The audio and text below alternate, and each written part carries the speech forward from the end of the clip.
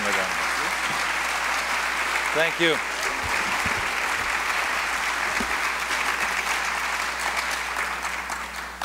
Thank you so much, Jamie, for your most kind words.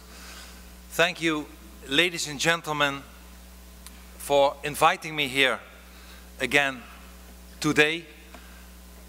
Thank you for being here. It's always a pleasure for me to be in America. And it's an honor to be at Restoration Weekend again, especially at this moment when a new Congress and a new majority in your Senate are preparing to lead this great country and change it for the better. Congratulations with the results.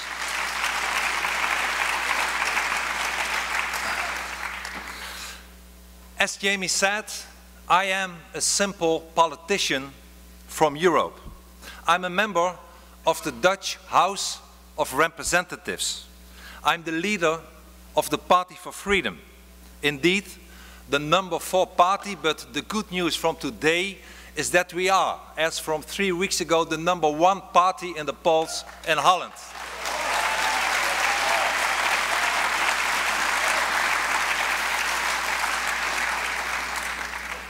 And indeed, I am not a president, nor a governor. I'm not even a member of the cabinet. I'm just a member of Congress.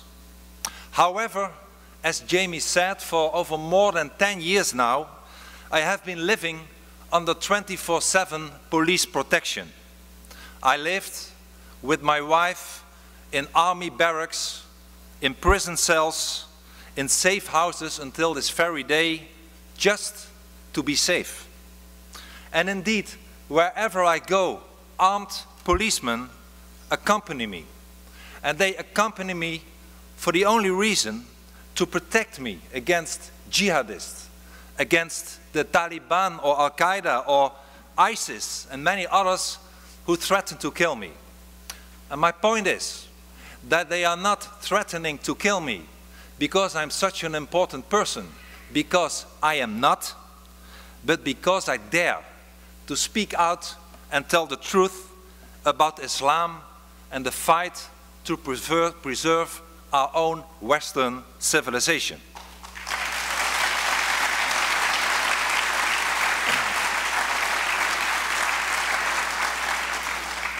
And ladies and gentlemen, in Europe, in my continent Europe, we made a terrible mistake.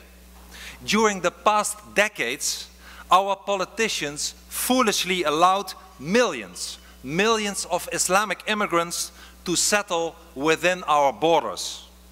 Everywhere the Islamic culture was welcomed as an enrichment. And nowhere all over Europe, the demand was made that the immigrants should assimilate to our culture and not the other way around. Not a single European leader had the guts to state the obvious and tell the truth. And the truth is that our own Western culture, based on Christianity, based on Judaism and humanism, is far superior than the Islamic culture that immigrants have adopted. Our culture is better.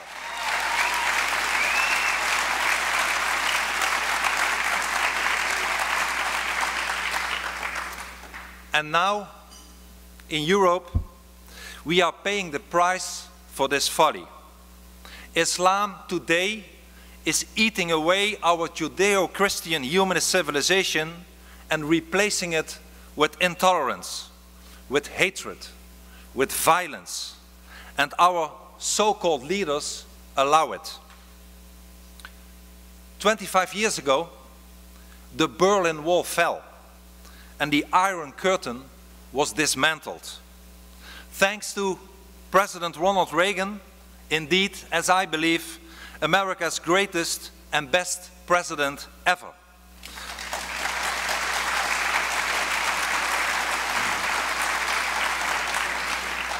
Thanks to President Reagan, the totalitarian ideology of communism was defeated in Europe and my continent was once again liberated.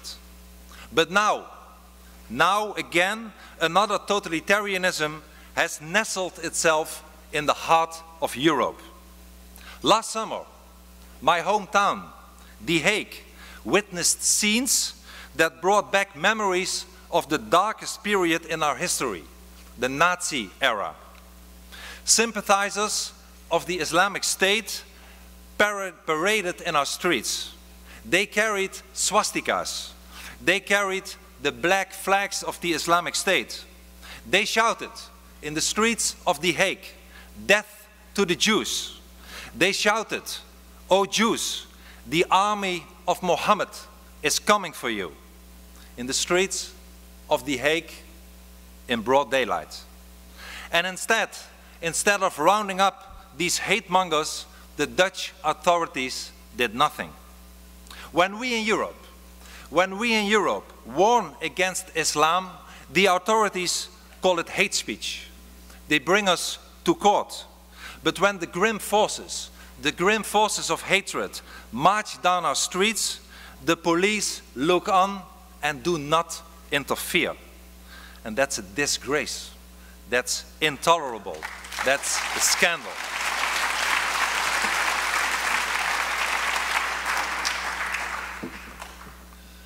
Ladies and gentlemen, Islam is waging war against the free West. Only fools can deny it. The Islamic State has declared war on us. And we have already had our share of beheadings in Europe. And it has started here too, by the way. And America and its allies are currently bombing the Islamic State in Syria and Iraq. And that's excellent. My party supports this offensive, and I'm glad and proud that Dutch and American F-16s participate in it and stand shoulder to shoulder in this endeavor. We should liquidate Abu Bakr al-Baghdadi and all the other criminals who are leading the Islamic State today. But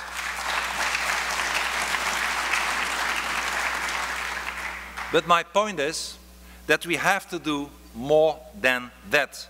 Far more important than fighting the Islamic State abroad is the fight to preserve our own security in our own countries. That should be priority number one.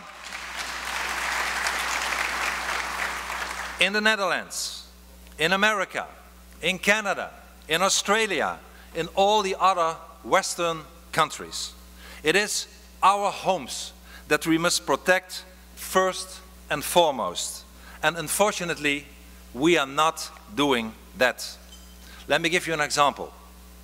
Recently, the Dutch authorities prevented over 50 jihadis to leave my country when they attempted to go to Syria to fight for the Islamic State. Their passports were seized, but they were sent home instead of jailed. Can you believe it? How stupid can one be? These criminals now freely walk our streets and make those streets unsafe. And as you might remember, the jihadis who last month murdered 2 soldiers in Canada were also people whom the authorities had previously prevented to leave for Syria, but not jailed either. So what I suggest is that we either detain every jihadi or anybody who is planning to fight in Syria, or we let them leave but never let them return. Never allow them to come back.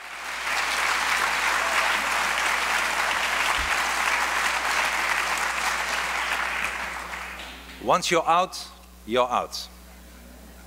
My friends, let us be brave. That is what we must do. That is our duty. And let me ask you, do our leaders tell us the truth?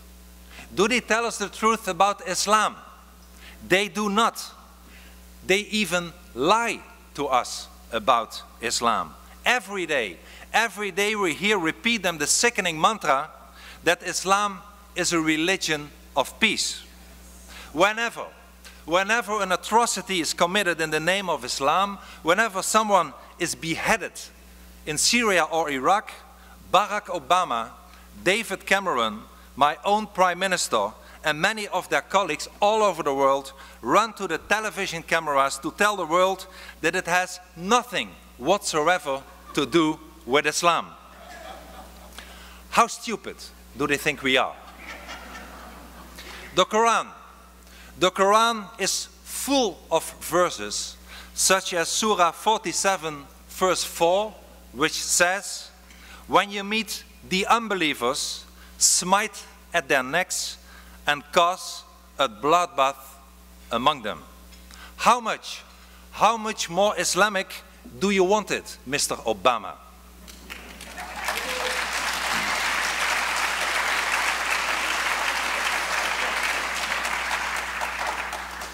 With every new terroristic crime, with every new attack, with every new beheading, it becomes clear to ever more people what the true nature of Islam is. With every Islamic assault on our values, more and more people realize that Islam wants to conquer the world, that it is prepared to terrorize, to kill, to enslave anyone who refuses to submit, and that it is ready to commit the biggest atrocities to achieve this goal. Of course, I repeat it wherever I go. Of course, there are many moderate Muslims. I believe in moderate people, but I do not believe in a moderate Islam. Don't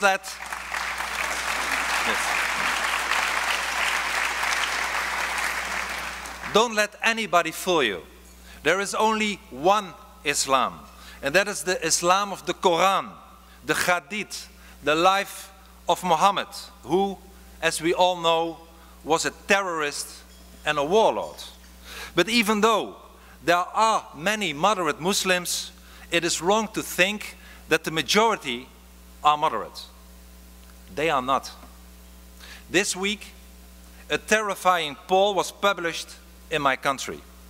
We already knew from an earlier poll that 3/4 of all Muslims in the Netherlands say that Dutch Muslims who go and fight in Syria are heroes. Can you believe it?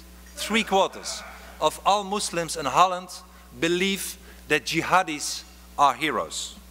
And now, in a new poll from last week, it appears that 80% of the Turkish youth in Holland do not consider it wrong to use violence against non-believers. And they also support, the same 80% also support the armed combat of Hamas against our ally, the only democracy in the Middle East called Israel. And my friends, we cannot tolerate within our own borders extremists who do not only want to destroy our nations, but who also want to destroy the Jewish homeland. We stand with Israel. We defend Israel.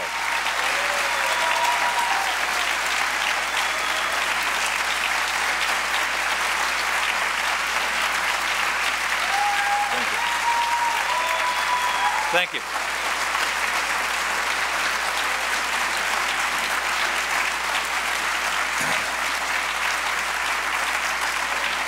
Israel is one of us. We are Israel. If Israel falls, we all fall. Ladies and gentlemen, a few years ago, I called upon Muslims to liberate themselves from the yoke of Islam, to choose for freedom. And I wholeheartedly support Muslims who love freedom. So I told them, free yourselves, leave Islam. And I still stand with this appeal. But this does not blind me to the terrible reality we are facing today. The day before yesterday, there was a quarrel in our parliament in the Netherlands that I want to tell you about. To see the state of the Dutch parliament this year in 2014. Of course, a quarrel in a parliament is not so remarkable. Congressmen quarrel all the time, unfortunately. But they do. They do it in America, they do it in Holland, they do it everywhere. But this time, something extraordinary happened. We had one Dutch congressman, and it was in the headline news all over the Netherlands in the last few days, one Dutch congressman, a Turk, threatening another Dutch congressman, a Moroccan, by shouting, "May Allah punish you." That's what he said in the Dutch parliament. And that is not even all. They also demanded in the Dutch parliament special washing rooms for Muslims, and they do not accept in the Dutch parliament being contradicted by female members of Congress. We might laugh and joke about it, but this is the parliament. I'm not talking about the street corner, but this is the parliament of the Kingdom of the Netherlands today. Politicians invoking Allah, threatening each other with Islamic curses, demanding special washing rooms and treating women as inferior beings. It's a total disgrace, and I hope you will take measures to prevent what is happening to Europe today, to America tomorrow.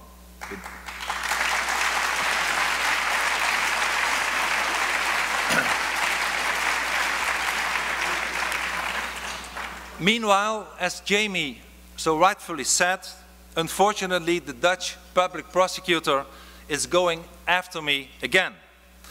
You may have heard that 3 years ago I was already taken to court on hate crime charges, a court case that lasted over 2 years. Unfortunately, I was acquitted on all charges.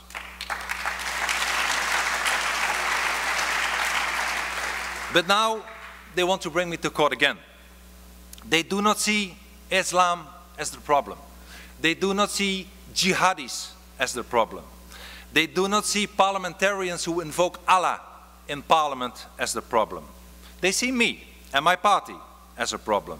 They try to silence the messenger, but they will never succeed, because I will always speak the truth about Islam, whatever the consequences.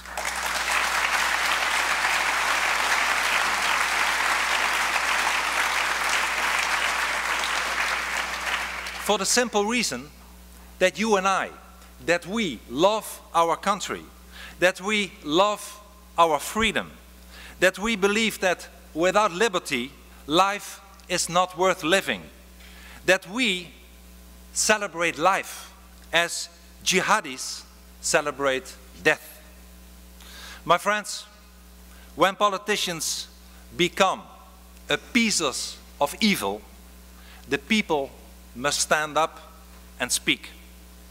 And that is why, with some friends, I have established the International Freedom Alliance, IFA, an international organization to fight for freedom and to oppose Islam here in America, in Europe, in Israel, in Canada, in Australia, everywhere in the free world. It aims to be a network of resistance in all the countries threatened by Islam. And our mission is quite clear. We want, as my party in the Netherlands wants, to stop all immigration from Islamic countries. If we don't start with stopping the immigration from Islamic countries, nothing will be successful. We have to start with that.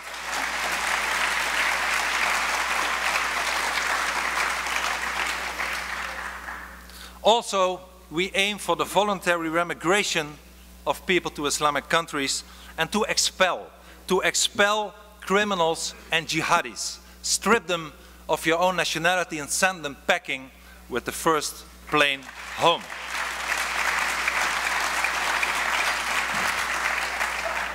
Our mission is to preserve and save our Judeo-Christian civilization and values. And therefore, we also advocate no more mosques and close down all Islamic schools.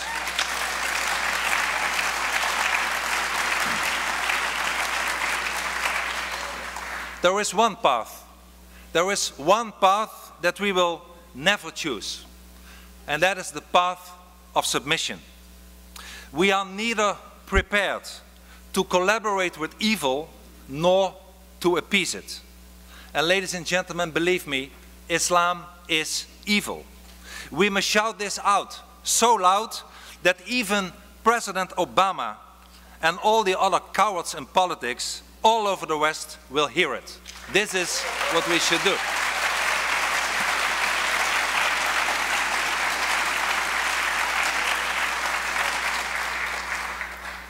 Let us cry a river for every innocent victim of the Islamic State, for every poor girl abducted by Boko Haram in Nigeria, for every Jew, for every Christian, for every Yazidi persecuted in the Islamic world. But let us make sure that no one will ever have to cry for our own children. No one. Never. My friends, we have a duty. We are the torchbearers of freedom. We are the torchbearers for a civilization that is far superior to any other civilization on earth, that is worth defending. We are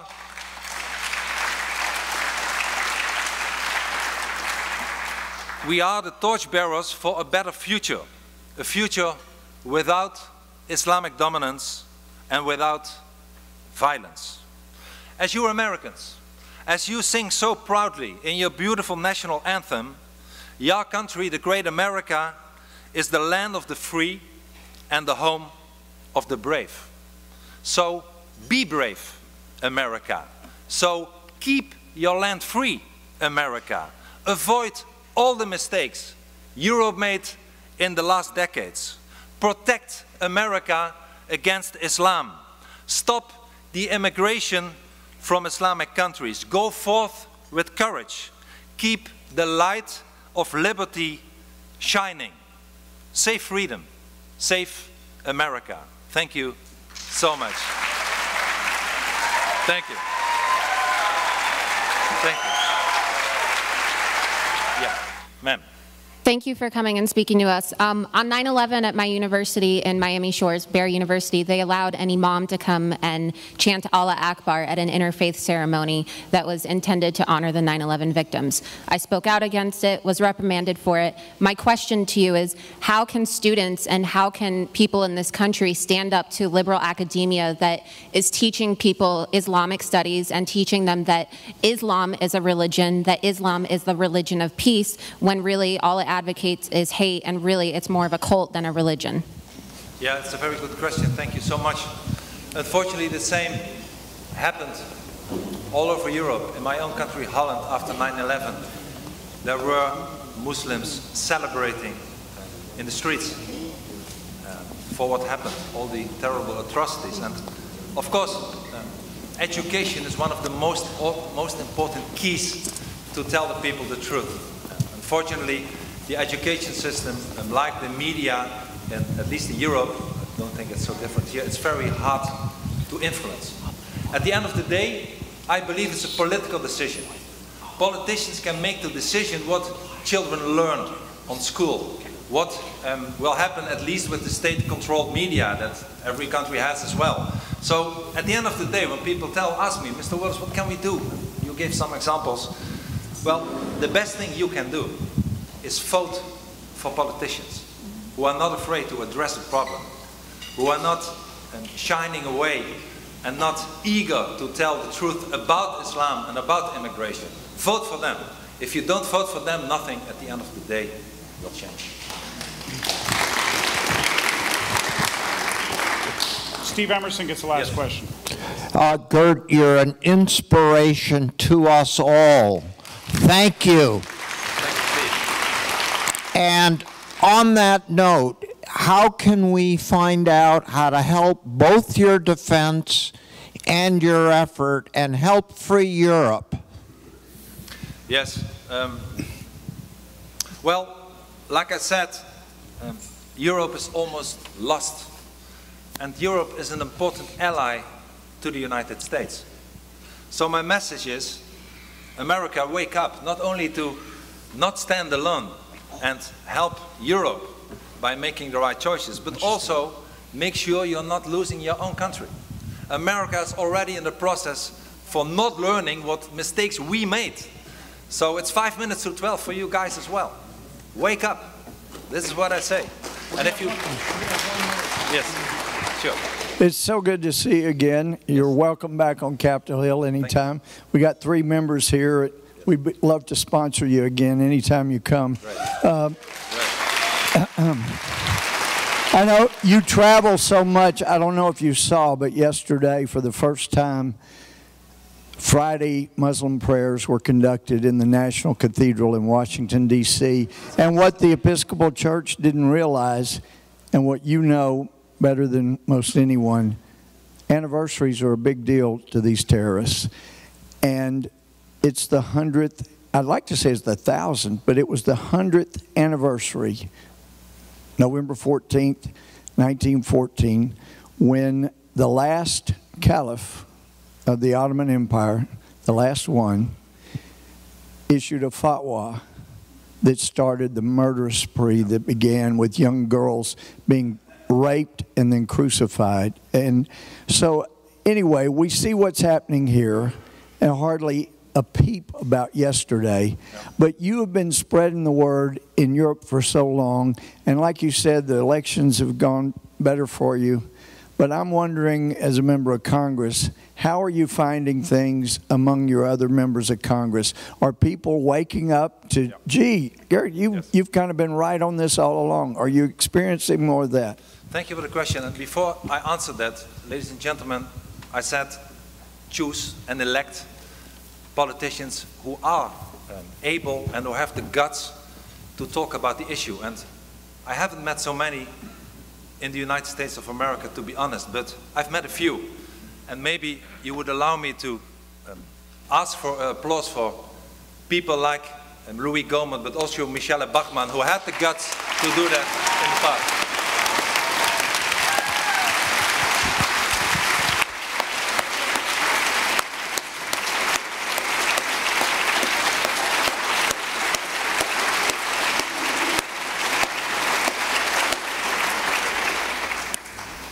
If America had more politicians like you, then I would not be standing here, most probably.